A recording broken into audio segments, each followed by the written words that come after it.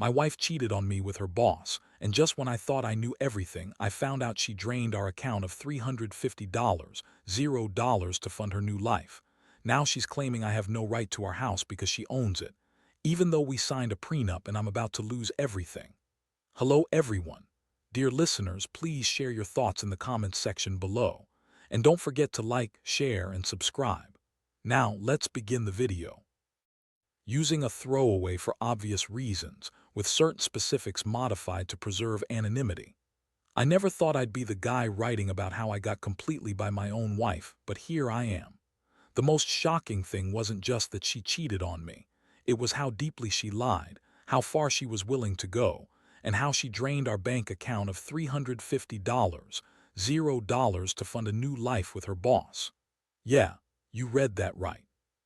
She's been screwing around with her boss for months and I had no idea. We had a good life, or so I thought. We had a house, a decent income, 2 kids I loved. More than anything, I was comfortable, stable. I thought I knew everything about her, but I was dead wrong. Her name is Lisa. She's 35, a sales executive at some marketing firm downtown. I'm Jack, 37, a project manager at a construction company. We met in college, married after 5 years of dating, and for years, things seemed fine. We had our fights, sure, but nothing that made me think she was capable of anything like this. She was always a bit bitchy, demanding, but I figured it was just her personality. She loved to throw tantrums, especially when she didn't get her way. Looking back, I wonder if I ignored the signs or maybe I just didn't want to see them. At first, everything seemed normal. She was busy with work, I was busy with mine. We had the usual arguments about money, about her spending too much, about her being too busy for me. But then, little things started to change. She was more secretive about her phone. She'd lock it when she went to the bathroom, and I'd catch her deleting messages or clearing her browsing history. She'd get defensive if I asked her about it, call me paranoid or insecure. I brushed it off, convinced she was just stressed or maybe just into her work more than she should be. One day I noticed her credit card statements looked off. There were charges I didn't recognize, expensive dinners, hotel stays, shopping sprees, all in her name, all without my knowledge. I confronted her and she brushed it off, saying she was just treating herself because she worked hard. I believed her at first. But then I found out she was actually meeting her boss, Mark, at fancy restaurants and hotels. Not just for work, definitely not just for work. They'd been sneaking around behind my back for months. The real turning point came when I accidentally saw an email on her laptop. I was trying to print some documents for work and saw a thread between her and Mark. It was explicit, talking about how much they wanted to be together, how they'd get out of this city, start fresh somewhere else. They'd planned everything down to the last detail. That's when I knew she'd been lying to my face for a long time. The betrayal hit me like a ton of bricks. I felt sick, angry, betrayed. How could she do this? How could she lie so effortlessly for so long? I confronted her that night. I was furious, trembling with rage. I laid out what I'd found, showed her the emails, the bank statements, everything. She didn't deny it right away. Instead, she called me paranoid, said I was overreacting, that I didn't understand her, that her job was stressful and she needed an outlet. She told me she loved me, that it was just sex, that Mark was just a work friend she was trying to help out. But her words sounded hollow. I could see the guilt in her eyes and I knew she was lying. She always was good at lying, but this was next level. The emotional fallout was brutal. I felt my stomach turn every time I thought about what she'd done. The trust I had in her shattered instantly. I couldn't look at her the same way. Every little thing she said, every excuse she made just made me more furious. I kept asking myself how I missed all the signs, how I was so blind to her lies. I felt betrayed, humiliated, and completely lost. I'd been with her for over a decade and now I was questioning everything. How could she do this? How could she drain our savings, lie to my face, then turn around and claim she owned the house we built together? That's when I realized she'd been planning her escape all along and I was just a pawn in her game. I didn't sleep that night. I stayed up, staring at the ceiling, trying to process what I'd just uncovered. My mind kept racing about the money she stole, the betrayal, the fact that she was probably already gone in her head. I felt like I'd been punched in the gut, then kicked while I was down. All I knew was I had to do something. I couldn't let her walk away with everything we built, not without a fight. I started thinking about how to get my money back, how to protect what was mine, and how to confront her again. But I also knew that the way she was acting, she'd already planned her next move. This wasn't over, far from it. The next few days were a whirlwind of chaos. I couldn't focus at work.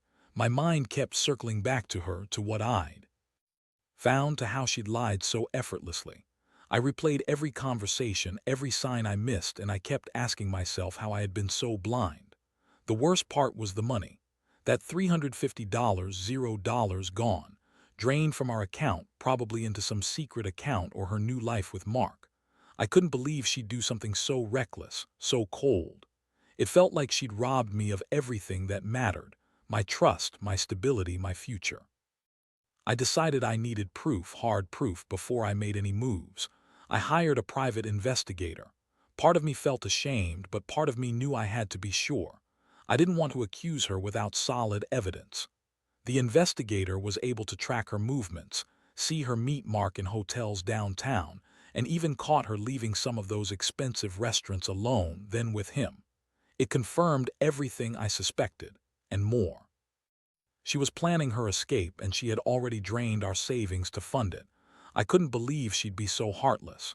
While I was gathering evidence, she was acting like everything was normal. She was bitchy, dismissive, and rude.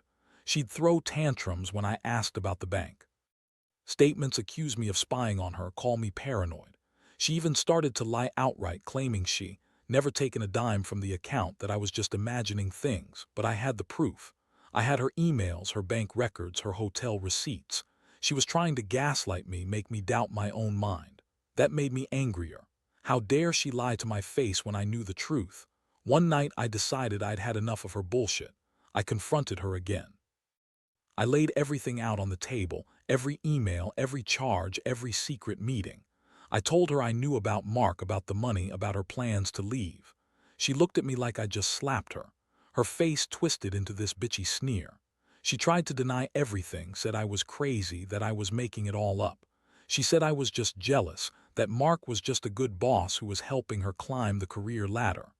Yeah, right.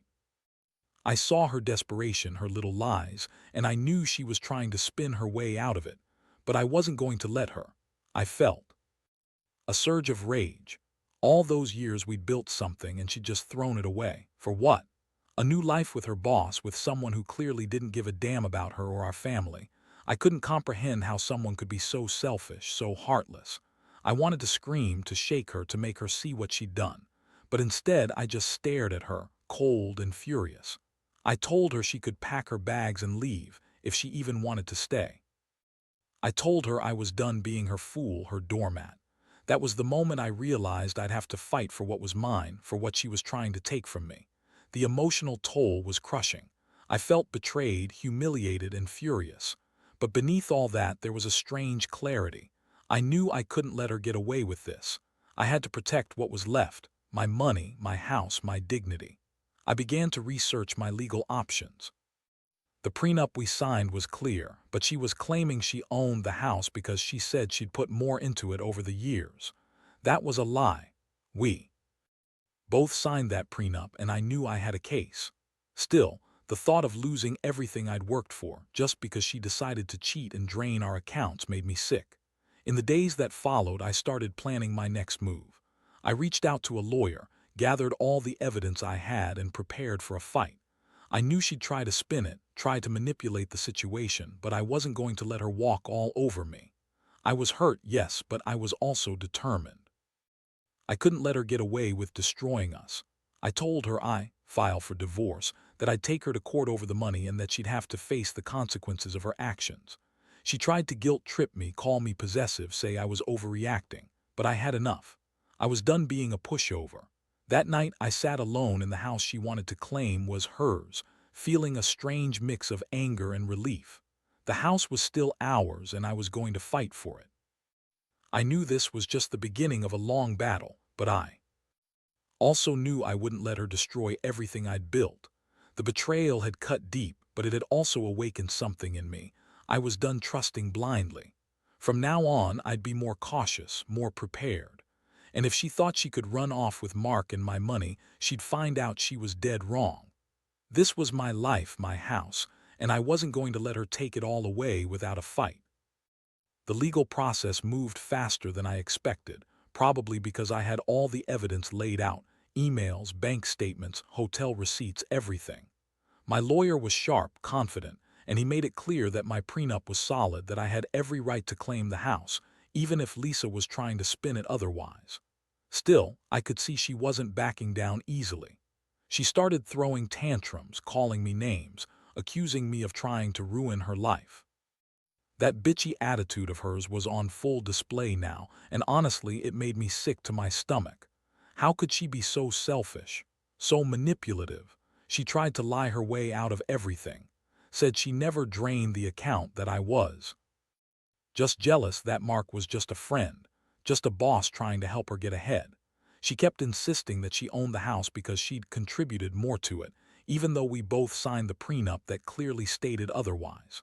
She claimed I was trying to control her, that I was insecure. She was spinning a web of lies, and I could see right through her. I knew she was desperate, trying to cling onto whatever she could to save herself. But I wasn't going to let her get away with it. I made it clear I was serious about the divorce, about reclaiming what was ours, and about making her face the consequences of her actions. The more she lied, the more determined I became. I wasn't just angry, I was hurt. Hurt that she'd betray me, drain our savings, and then spin stories to protect herself. That $350, $0, was not just money. It was the safety net we'd built for our future, for the kids, for everything. And now she was trying to wipe her hands clean of it all. I also started digging into her finances beyond just the obvious. I hired a forensic accountant just to be sure there weren't any other accounts or hidden assets she'd set up. Turns out she'd opened a secret account right before she started her affair, funneling some of that stolen money into it. I never suspected she was capable of such cold planning, but there it was. She'd been preparing to run away, to start her new life completely separate from me and the kids. The realization made my blood boil. I'd been played for a fool for so long. Meanwhile, Lisa's behavior grew more erratic. She'd lash out, call me names, accuse me of being paranoid, even try to guilt me into dropping the case. She claimed she still loved me, that she was sorry, that she'd do anything to make it right. But her words felt hollow, like she was just trying to manipulate me into backing off. I saw through her. I knew she was only interested in saving herself. She didn't care about the damage she'd done, just about walking away with her new life intact. One night she showed up at the house unexpectedly. She looked wild. Her makeup was smudged, her eyes red, her voice shaky. She begged me to drop the case, said she'd fix everything, that she'd get counseling, that she'd stop seeing Mark. I looked at her and felt a strange mix of disgust and sadness. I wanted to believe she was remorseful, but I knew better. She was a liar, a manipulator, a woman who'd throw everything away for a quick escape. I told her to leave and never come back until she was ready to face the truth. That moment stuck with me. I realized I couldn't fix what she'd broken. The trust was gone, shattered into pieces. The woman I married was gone, replaced by someone I didn't recognize. I had to protect myself, my kids, and what remained of our life. The house, the money, those were the tangible symbols of everything I'd worked for. I couldn't just let her walk off with it all, not without a fight. I prepared for the inevitable legal battle, knowing it'd be ugly but necessary. I refused to be the victim anymore. I was going to be the one who fought back, who took control. While I was gathering everything I needed to go to court, I couldn't help but feel a deep sense of betrayal. I kept replaying the moments when I thought we were happy, when I thought I knew her. It hit me hard that she'd been planning this for months, maybe longer. All the time she brushed me off, the little lies, the secret meetings. She'd been building her escape route right in front of me. It made me realize how fragile everything was, how trust could be broken so easily. I'd always believed in honesty, in loyalty, but now I saw how easily those things could be shattered. In the end, I decided I wouldn't just fight for the house or the money. I'd fight to reclaim my dignity. I wasn't going to let her ruin everything I'd worked for just because she was bored, unhappy, or whatever excuse she used. This wasn't just about the money or the house anymore.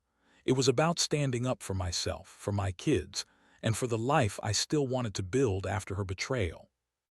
The road ahead was uncertain, and I knew she'd do everything possible to twist the story in her favor, but I was ready. I was done being her pawn. Now it was time to take back control. The court date was set surprisingly quick, I guess. The evidence I had was enough to make her nervous. I wasn't about to let her claim she owned the house just because she said so. Our prenup was airtight, and I had the receipts, the emails, the bank statements. Still, I knew Lisa would pull every trick in the book to spin it her way. She had this bitchy smile during the hearing, like she thought she was untouchable. That smugness made me want to punch her, but I kept my cool. Inside, I was boiling, ready to unleash everything I had. The day of the hearing, I showed up with my lawyer, feeling like I was walking into a battlefield.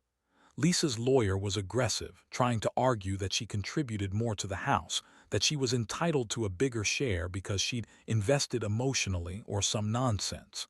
I rolled my eyes. That was typical Lisa, manipulative, always trying to spin her way out of trouble. I knew the truth, and I had the evidence to back it up. When it was my turn to speak, I laid it all out. How she drained our savings, how she planned her escape, how she lied about everything. I could see her trying to interrupt, to argue, but the judge silenced her. I felt a small flicker of hope, like maybe justice was finally going to be served. I explained the prenup, how it was signed before we got married, and how her claims to own the house were invalid. I presented the bank statements with the stolen money, the hotel receipts, the emails, everything. The judge looked over everything carefully, nodding as I spoke. The room was tense, thick with anticipation, and I knew Lisa's game was about to blow up in her face. When the judge finally made his ruling, I felt a mixture of relief and exhaustion. He confirmed that the prenup was valid, that I had the right to the house, and that Lisa was not entitled to any of the stolen money.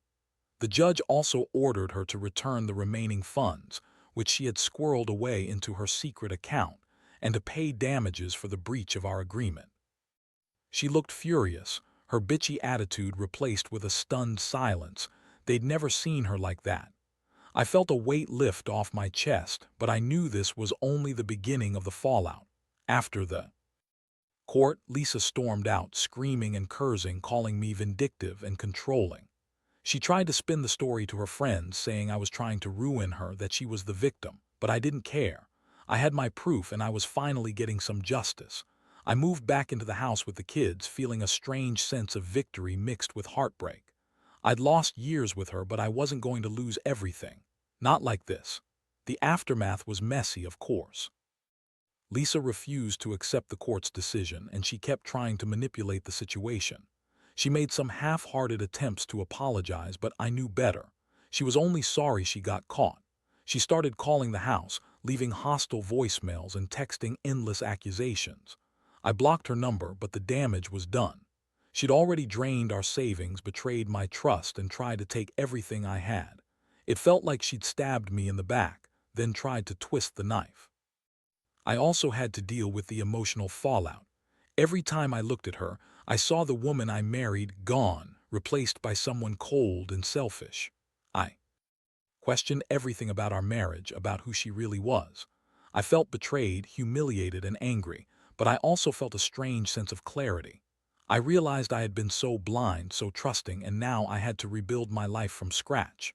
The house was still ours, and I was determined to keep it, to protect my kids, and to move forward. The financial blow was the worst part. Losing that much money, 350 was devastating. It was supposed to be our safety net, our future. Instead, it was gone, stolen by a woman I thought I knew. I had to find ways to recover, to rebuild, to make sense of it all. I started working extra hours, saving whatever I could. I also began counseling, trying to process the betrayal and learn how to trust again. I knew Lisa would never change, that her selfishness had cost us everything. But I refused to let her win entirely.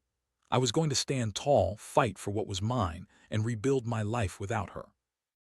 Looking back now, I see how much I've grown from this mess. I learned that trust is fragile, that some people are capable of betrayal on a scale I never imagined. I also learned that you have to fight for yourself, no matter how painful it is. If I could give one piece of advice to anyone in a similar situation, it's this: don't ignore the signs. Don't be afraid to stand up for what's right. And never, ever let someone else drain your life savings or tear your world apart without a fight. Because in the end, you're the one who has to live with the consequences, and I refuse to be the one who just rolled over. The months that followed were a blur of legal battles, financial recovery attempts, and trying to piece my life back together. Honestly, I never thought I'd be in this position, fighting my own wife in court, trying to claw back what she stole, and dealing with the emotional wreckage she left behind. Every day was a new challenge, but I learned a lot about myself in those dark times. I learned that even when everything seems lost, you can find a way to stand up and fight for your dignity. One of the hardest parts was watching Lisa try to spin her narrative to everyone around her. She told anyone who'd listen that I was a controlling, jealous husband who was just trying to ruin her life. She painted herself as the victim, a woman trapped in a marriage she no longer wanted. That stung more than I expected. I knew the truth, and I had the evidence, but still, it was hard to see her manipulate people like that. I guess she thought if she could make me look bad enough, she might sway public opinion or even influence the court. But I didn't care about her lies anymore. I cared about the facts, about protecting what was rightfully mine. The house, thankfully, was still ours. The court confirmed that her claim to ownership was invalid because of the prenup and the fact that she'd been secretly siphoning money for her escape plan. But that didn't mean she was giving up easily. She started showing up at the house unannounced, banging on the door, yelling at me to give her what she's owed. She even tried to get the police involved, claiming I was keeping her out of her own house. The police told her she had no legal right to do that, which was a small win. Still, her bitchy attitude and relentless harassment made everything more stressful. Meanwhile, I focused on the financial side. I was able to recover some of the stolen money through legal action, but a lot was gone. I had to tighten my belt, work extra hours, and cut back on expenses. I also started seeing a financial advisor, trying to figure out how to rebuild what she'd taken. It was a slow grind. Every dollar I saved felt like a small victory.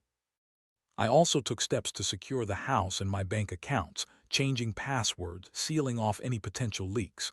I wasn't about to let her sneak back in and drain me again. The emotional toll was still heavy. I'd go through phases: anger, sadness, moments of hope, then despair. I kept questioning myself. Did I miss the signs? Could I have done something differently? But I knew dwelling on what I couldn't change wouldn't help. I had to move forward for myself and for the kids. They deserved stability, and I was determined to give them that. I also started therapy, just to process everything. It helped to talk to someone who wasn't emotionally involved, someone who could give me perspective and help me deal with the pain. What surprised me most was how resilient I became. I never saw myself as a fighter, but I realized I was stronger than I thought. I fought tooth and nail to protect my rights, my house, and my future. I learned that sometimes you have to take a stand, even when it's uncomfortable or painful.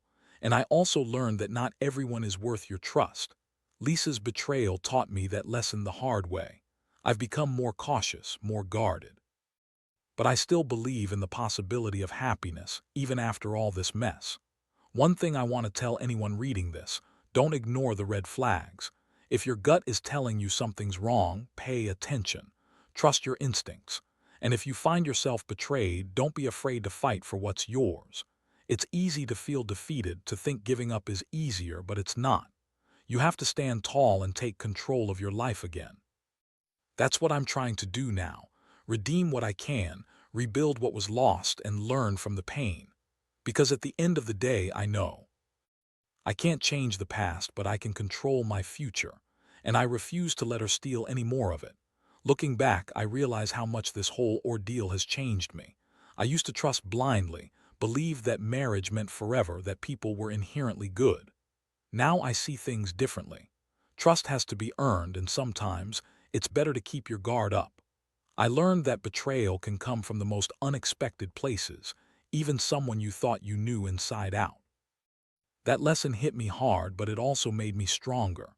The hardest part was watching Lisa try to manipulate everyone around her, spinning tailies to justify her actions, convincing herself she was the victim. But I know the truth. I know she drained our savings, lied to my face, and tried to walk away with everything we built.